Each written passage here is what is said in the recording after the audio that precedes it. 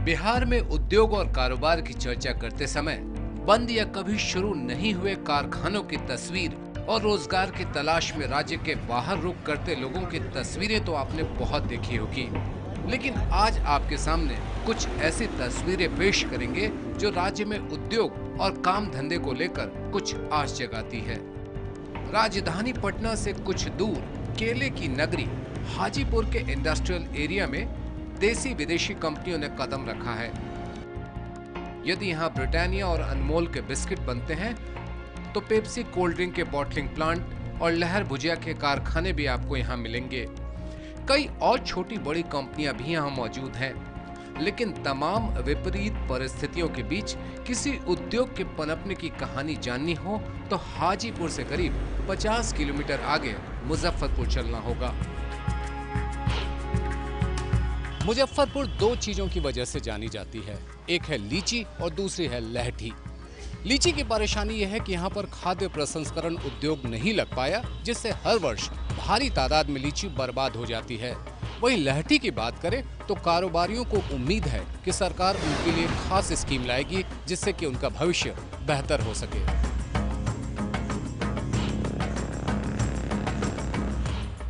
मोहम्मद फिरोज बड़े गर्व से बताते हैं कि विशेष ऑर्डर मिलने पर अभिषेक बच्चन और ऐश्वर्या राय की शादी में खास तौर से तैयार लहठी भेजी थी।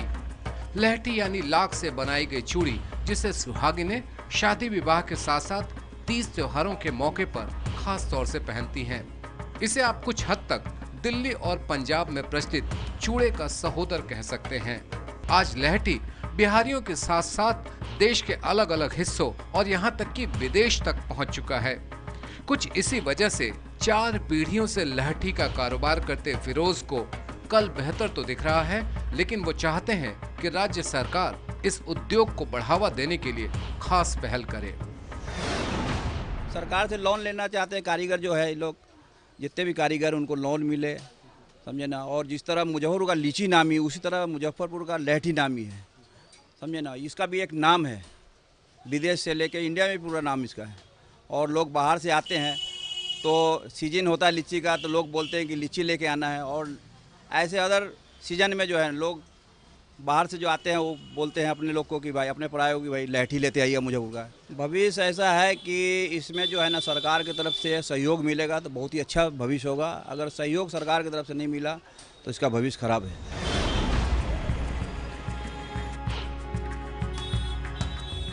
फिरोज की दुकान शहर के इस्लामपुर इलाके में है, जहां अकेले इस गली में लगन और तीज या छठ के समय रोज का कारोबार 1 करोड़ रुपए तक पहुंच जाता है।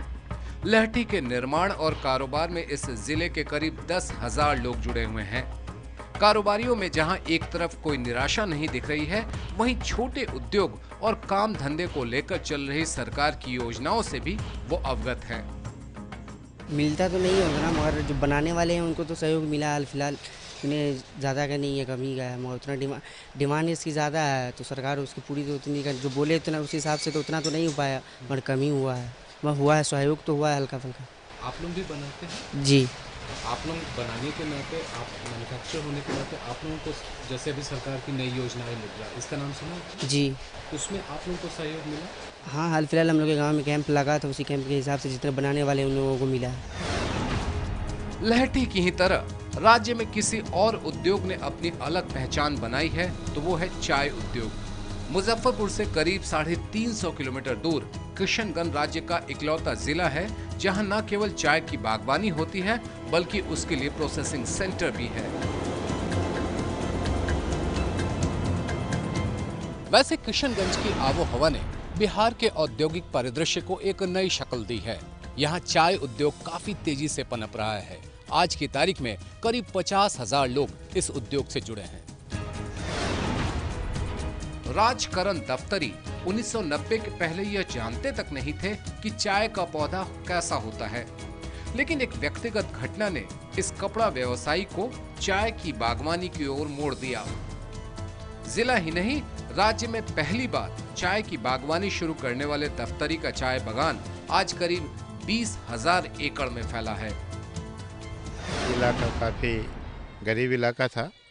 यहाँ के ये बंगाल और बिहार का बॉर्डर है।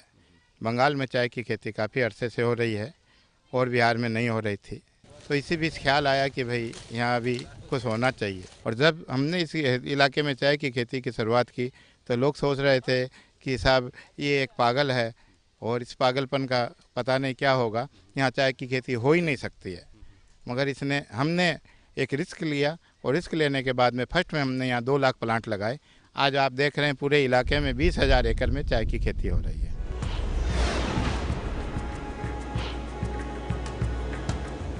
बागान के साथ ही राज ने एक प्रोसेसिंग प्लांट भी लगाया और आज हर साल 10 से 12 लाख किलोग्राम चाय तैयार करते हैं। 700 लोगों को यहाँ रोजगार मिला हुआ है, जबकि सालाना कारोबार करीब 10 करोड़ रुपए का है। फिर भी राज को दुख है कि राज्य सरकार चाय को लेकर साफ नीति अभी तक तैयार नहीं कर पाई है। इस उद्योग को बढ़ावा देने के लिए भारतीय चाय बोर्ड ने बिहार को नॉन ट्रेडिशनल एरिया डिक्लेयर किया था। उस समय मैं चाय बोर्ड का प्रतिनिधि भी था और उस समय किसानों को 47,000 पर हेक्टेयर सब्सिडी भी दी गई थी प्लांटेशन के ऊपर। मगर आज के दिन बिहार सरकार का ध्यान चाय बागान की ओर नहीं है, जिसके वजह से किसानों को कोई सुविधा नहीं मिल पा रही है। जबकि सबसे बड़ा रोजगार देने वाला उद्योग है किशनगंज का। किशनगंज जिले में कम से कम 50,000 लोगों को रोजगार मिला है चाय की खेती से और यहाँ एक खुशहाली आई है। जबकि पोठिया और ठाकुरगंज काफ़ी क्रिमिनल इलाका था, यहाँ चोरियाँ डकैतियाँ काफ़ी हुआ करती थी 20 साल 30 साल पहले, मगर आज क्राइम जीरो शून्य है, जिसमें सबसे बड़ा योगदान चाय के उद्योग का है। राज्य के उद्यमियों का कहना है कि सरकार चाहे जिस किसी की बने, उसके लिए उद्योग धंधों को बढ़ावा देने के सिवा कोई और विकल्प नहीं होगा। इस बारे में हमने बात की Bihar chamber of commerce and industry के प्रेसिडेंट ओपी शाह से। देखा जाए 2006 के बाद बिहार में एक माहौल बना है जो कि इंडस्ट्री फ्रेंडली है और यहाँ निवेश आने शुरू हुए। यहाँ के लोकल जो उद्योगपति थे या व्यवसायी थे जो बाहर जाते थे 2006 के पहले निवेश करने के लिए, उन्होंने अपने बचत को यही इन्वेस्ट किया।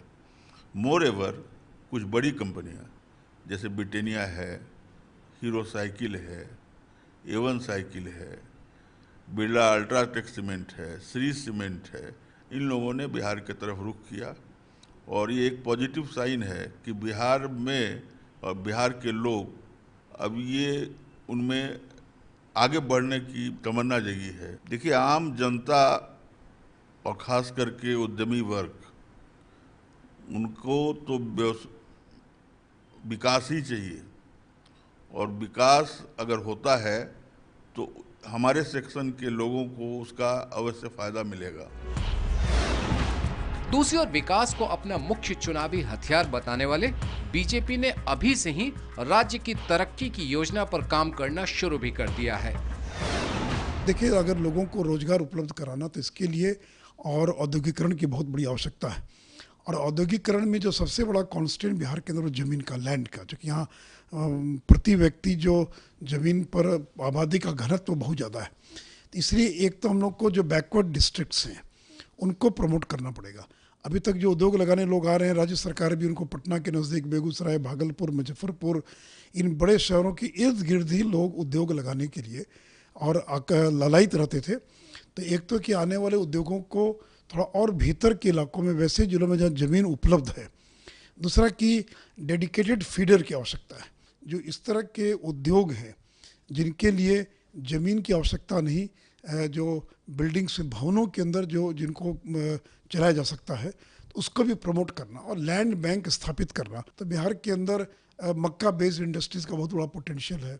तो एग्रो बेस्ड इंडस्ट्री यहाँ का मुख्य उद्योग होगा और यहाँ पर शुगर केन है, यहाँ पर मक्का है, मेज़ है, यहाँ पर केला है, यहाँ पर धान है, यहाँ पर सब्जियाँ जो हैं बहुत बड़े पैमाने पर टमाटर से लेकर सब तरह की सब्जियाँ पैदा होती हैं। तो इसलिए जो फूड पार्क है और एग्रो बेस्ड इंडस्ट्रीज़ है, उनको ज़्यादा से ज़्यादा प्रमोट करने की दिशा में जो है और राज्य सरकार को काम करना पड़ेगा। तमाम राजनीतिक दल भी विकास को लेकर के बड़ी बड़ी बातें कर रहे हैं, लेकिन सच मानिए तो विकास का मुखौटा पहनने भर से ही विकास नहीं हो सकता। ज़रूरत है तो ज़मीन पर काम करने की। अगर ऐसा हुआ तभी जाकर के बिहार समृद्ध राज्यों में शामिल हो सकेगा।